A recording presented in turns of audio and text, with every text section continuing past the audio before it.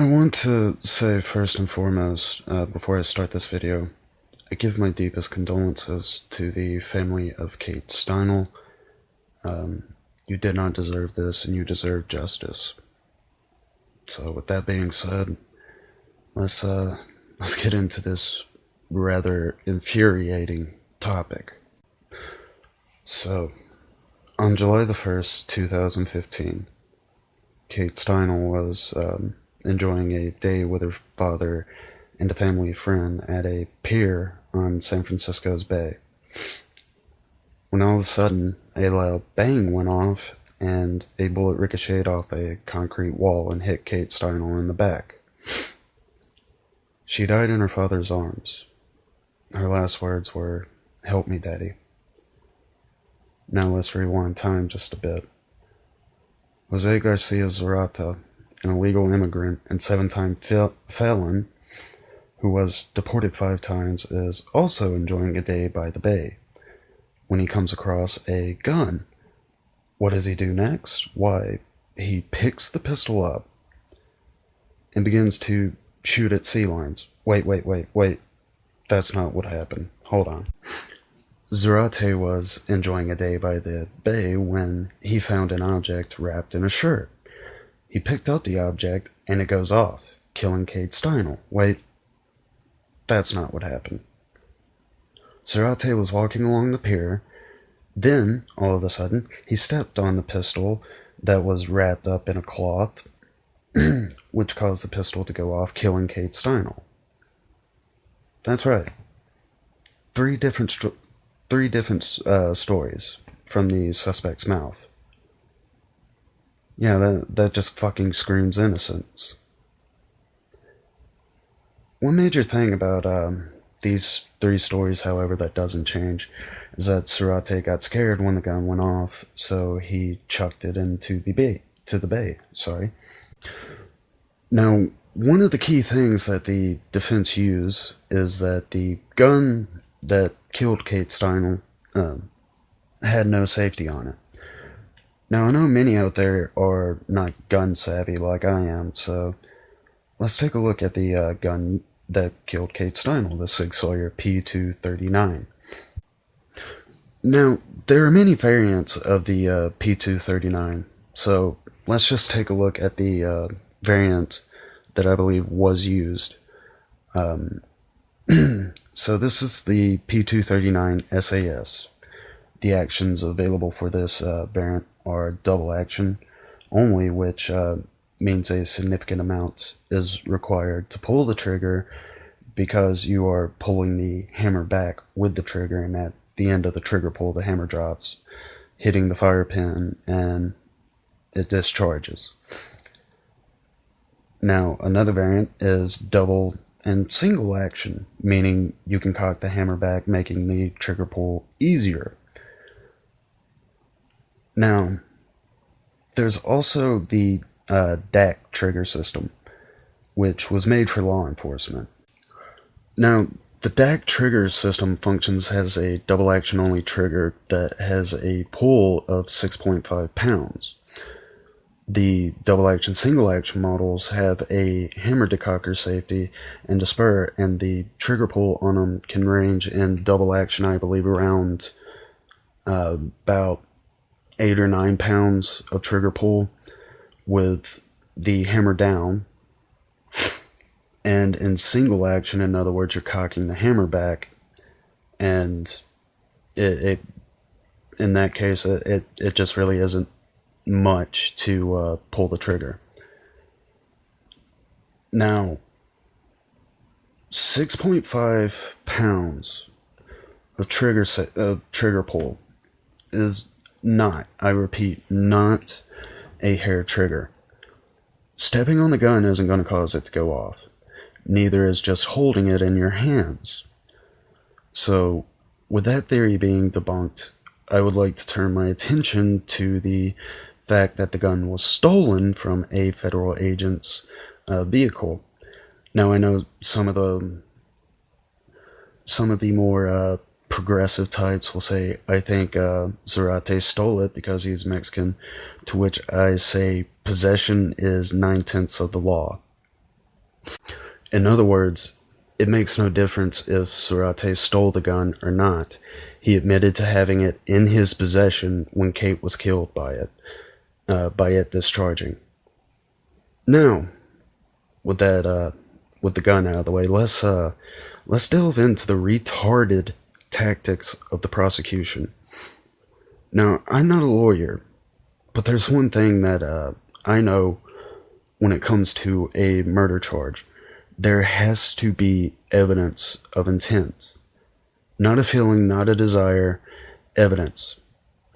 According to the ballistics of the crime scene, the bullet ricocheted before hitting Kate.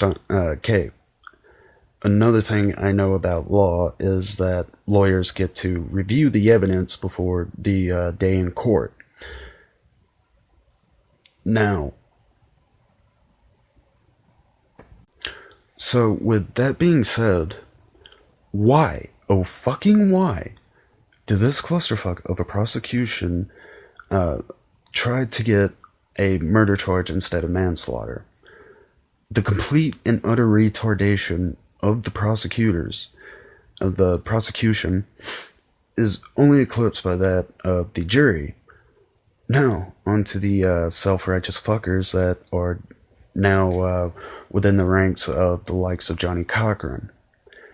If there's one thing I cannot stand, it's the fucking race card. During the trial, the defense asked if Zarate was, hypothetically, if Zarate was a Swedish tourist or a college kid, would the jury find him guilty? To which I, like many other people, would point out that in any other courtroom, in a sane state, would disregard that shit because it holds not one single fucking shred of relevance to the goddamn case. But this is San Francisco, you know, the place where justice cannot be served if the criminal happens to be an illegal alien from Mexico, because it might be a tad bit racist to hold him accountable for his idiotic actions. Now, the only thing that's more fucked up than that is the defense's closing remarks after Zarate was let off with a slap on the fucking wrist. So let me start out by, expressing my sincere condolences to the Steinle family. I hope that they do not interpret this verdict as diminishing in any way the awful tragedy that occurred and that their family has suffered. This jury's verdict should be respected. They heard the evidence, they deliberated as a group, they heard readback testimony, they looked at the physical evidence, and they rendered a verdict to the best of their abilities in accordance with the law. I want to thank the public defender of San Francisco, Jeff Adachi, who has given us support throughout the trial.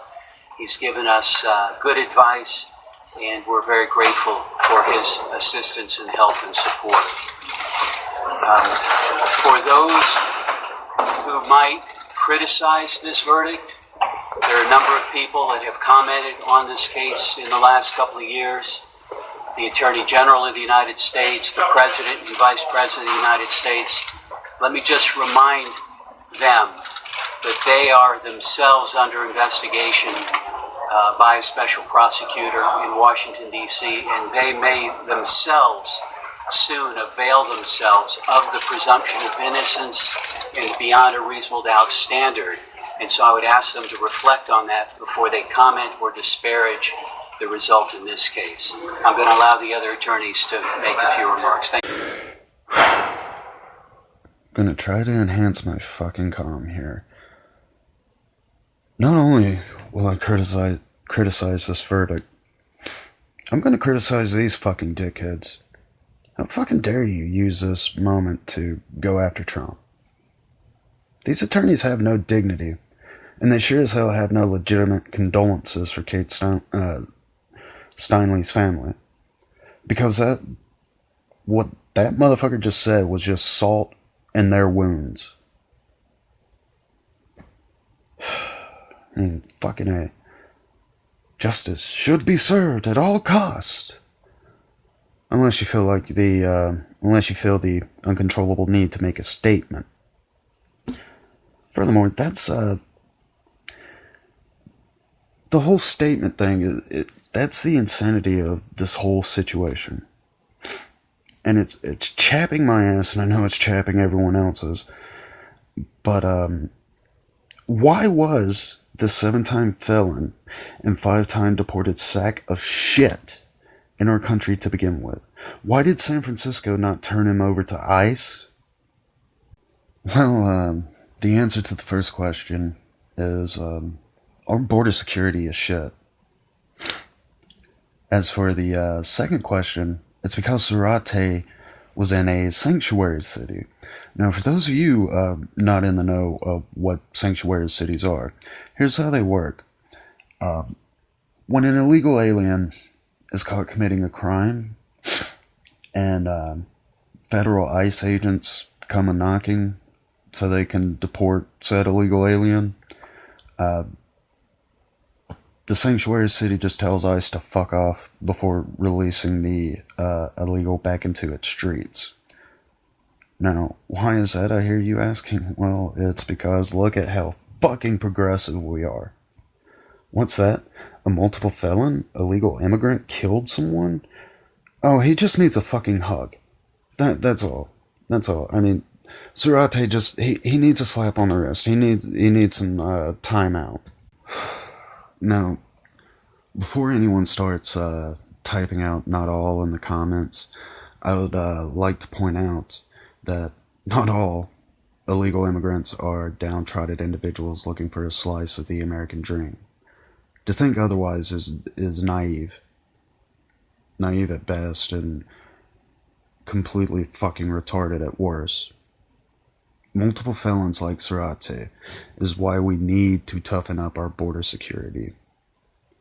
Now, if you're still on the side that is for sanctuary cities after stuff like this happens, then, well, pat yourself on the back, because you're facilitating scum like Zarate to stay in this country without any fucking repercussions whatsoever. All for the sake of feeling good. You're no better than some meth head that kills somebody during a botched robbery that was meant to support their next fix. Hey guys, Red Triangle here. Welcome to the end of the video. I'm glad you made it. Anyway, if you like this video, be sure to hit that like button, subscribe, and most importantly, comment below. Not because I want my stuff to hit the front page of YouTube, but because I genuinely have an interest in what people have to say. Thanks for watching, and peace.